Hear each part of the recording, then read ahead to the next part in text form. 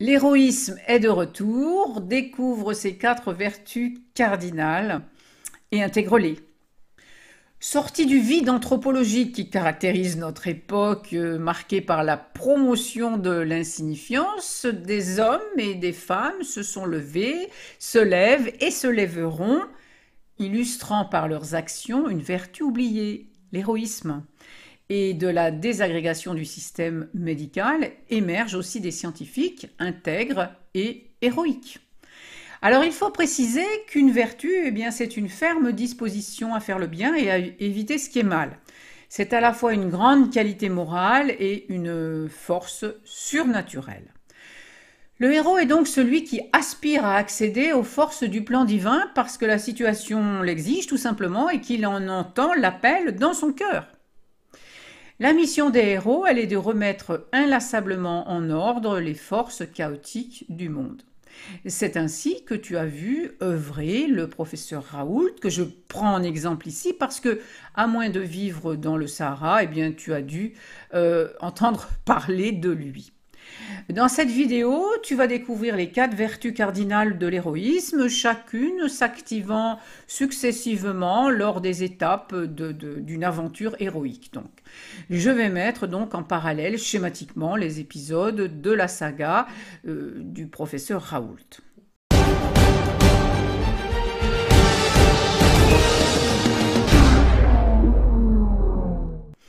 Je suis Elisande du blog Le Royaume Amoureux, je pratique le coaching narratif, j'accompagne le changement de paradigme grâce au modèle initiatique du héros des contes. Le héros, c'est celui qui reprend conscience et confiance en son alliance originelle aux forces de vie. Alors, première vertu, la sagesse. Oser voir le réel en face, même si ce n'est pas confortable, et puis le conflit aussi entre ce qui est et ce qui est souhaité et souhaitable. Voilà. Il y a un problème et je ne vais pas attendre un sauveur. Le sauveur, il est en moi, c'est moi. Je n'ai pas vraiment les moyens, mais je vais me laisser inspirer pour envisager une piste et agir bien sûr de manière prudente. Prudence vient de prudentia, qui signifie la sagesse, qui est l'intelligence suprême. La prudence est la mère du courage. La témérité, en effet, est anti-héroïque. Alors une inspiration, c'est une voie, une solution, un eureka soudain qui vient, c'est une réponse qui vient du monde de tout possible, hors espace-temps. C'est une percée créatrice en fait dans l'autre monde. C'est quand le professeur Raoult a annoncé qu'il y avait un traitement pour la Covid, sa fameuse bithérapie hydroxychloroquine et azithromycine. Il a été prudent aussi parce qu'il a consulté les données chinoises du traitement, il a donné une molécule connue depuis très longtemps et peu onéreuse. Et puis troisièmement, il a été aussi prudent vis-à-vis des patients à risque au niveau cardiaque en faisant attention. Voilà. Alors c'est le premier héros, le professeur Raoult, qui s'est levé face à cette crise sanitaire. La deuxième vertu, c'est la capacité d'engagement, d'implication, de positionnement, d'adhésion, si tu veux. C'est de l'amour, en fait. Voilà. Une fois l'inspiration reçue, le héros, il se positionne en termes moraux, en termes éthiques. En fait, ça veut dire j'ai vu, j'ai compris et je choisis, donc je m'engage à suivre l'inspiration que j'ai reçue et à agir en mon âme et conscience. C'est l'étape où le professeur Raoult expliquait que sur un plan éthique, il ne pouvait pas faire des essais en double aveugle, randomisés, etc. Alors que sa conviction était qu'il avait un véritable traitement et des premiers résultats d'ailleurs qui en attestaient. Il ne pouvait donc pas, au nom de la pseudo-science, mettre en danger la vie d'autrui avec des placebos. Cette étape de l'engagement commence à amener des amis et des aides, mais aussi des ennemis et des obstacles, évidemment. Et c'est bien pour cela que pour la troisième étape, il faut mobiliser la troisième vertu, qui est le courage. Donc, c'est la qualité yang du cœur, le courage. C'est parce que si je regarde en face, si je prends position et engagement, mon discours et mes actes diffèrent de la narration dominante. Je risque alors d'être mis au banc de la société ou d'une partie de la société. Et être mis au banc est très douloureux Car comme l'être humain est un être d'amour et de partage, eh bien, voilà, c'est très douloureux. Et souvent, il va mettre un mouchoir sur ses valeurs et sa vertu à cause du regard des autres.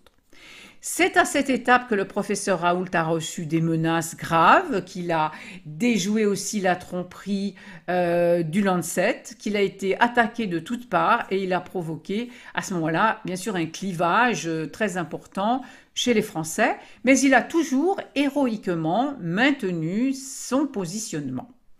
C'est la troisième étape la plus difficile émotionnellement, mais aussi celle au cours de laquelle on ressent une aide divine, hein, une protection, et où on voit mieux sa mission dans le contexte. C'est l'épreuve du feu, en fait, qui va faire sortir l'or de sa gangue ou qui va, comme en alchimie, transformer le plomb en or. La quatrième étape et la quatrième vertu est celle de l'abnégation, du don de soi, sa communauté. Parce que la force d'un amour désintéressé est incomparablement plus grande que la toute-puissance des souverains. Bien qu'attaqué par l'ordre des médecins, le professeur Raoult tient bon et est de plus en plus estimé. Il s'impose même vis-à-vis de l'ordre des médecins, qu'il se permet même de remettre à sa place. Il faut tourner une page. Le Conseil de l'Ordre doit nous protéger plutôt que nous attaquer. Moi, je suis harcelé par le Conseil de l'Ordre parce que je soigne des malades et parce qu'on a soigné 14 000 malades ici. Ça suffit. Le Conseil de l'Ordre ne devrait pas être quelque chose qui est juste aux ordres incompréhensibles de gens qui ne savent pas de quoi ils parlent. C'est pas le Conseil de l'Ordre qui va dire la science. Il est sorti un arrêté en décembre qui maintenant ça va être le Conseil de l'Ordre qui va dire ce qui est scientifiquement établi. Mais vous rigolez, ce Conseil de l'Ordre, prenez tous les gens qui sont là, vous les comparez ce qu'ils ont fait dans leur vie par rapport à ce que j'ai fait dans la thérapeutique des maladies infectieuses. C'est eux qui vont me dire ce que je dois faire. Et j'espère bien que les confrères comprendront, c'est nous qui avons mis ces gens en place en les élisant. On va avoir des élections, il faut faire attention, il ne faut pas remettre les mêmes, hein. L'analyse qui a été faite par la Cour des comptes du Conseil de l'Ordre est une analyse qui est terrifiante. Le gouvernement aurait dû prendre des mesures radicales pour remettre ça dans l'ordre. Et ensuite, la fonction du Conseil de l'Ordre, c'est de régler les différends déontologiques entre les confrères et entre les patients et les médecins. Ça n'est pas de faire régner un ordre ponctuel fait par un ministre de passage, parce que les ministres de la Santé, ça dure 2 ans et demi. Ça n'a pas une connaissance intrinsèque de la vie ni de la science, il faut être modeste. J'ai noté au cours de toutes ces péripéties qu'on a souvent dit que le professeur Raoult avait un ego fort. Moi, j'ai surtout noté qu'il avait un ego sain, et c'est obligatoire pour agir avec héroïsme. Donc, plus besoin de mourir pour la patrie pour être un héros. Il suffit de chercher la vérité et de l'offrir au monde. Alors, le héros de ce début du XXIe siècle, eh bien, il donne envie de croire en l'humanité, et c'est déjà beaucoup, hein. Pour suivre cette voie héroïque toi-même, eh bien, consulte mes propositions sous la vidéo, parce que c'est accessible à chacun, bien sûr. Tu peux aussi télécharger mon coffret offert, et si tu veux en savoir plus sur les étapes de stratégie de réussite de l'aventure héroïque, eh bien, clique sur cette vidéo. Si ma vidéo t'a plu, merci de la liker et de la partager. Et puis, à bientôt!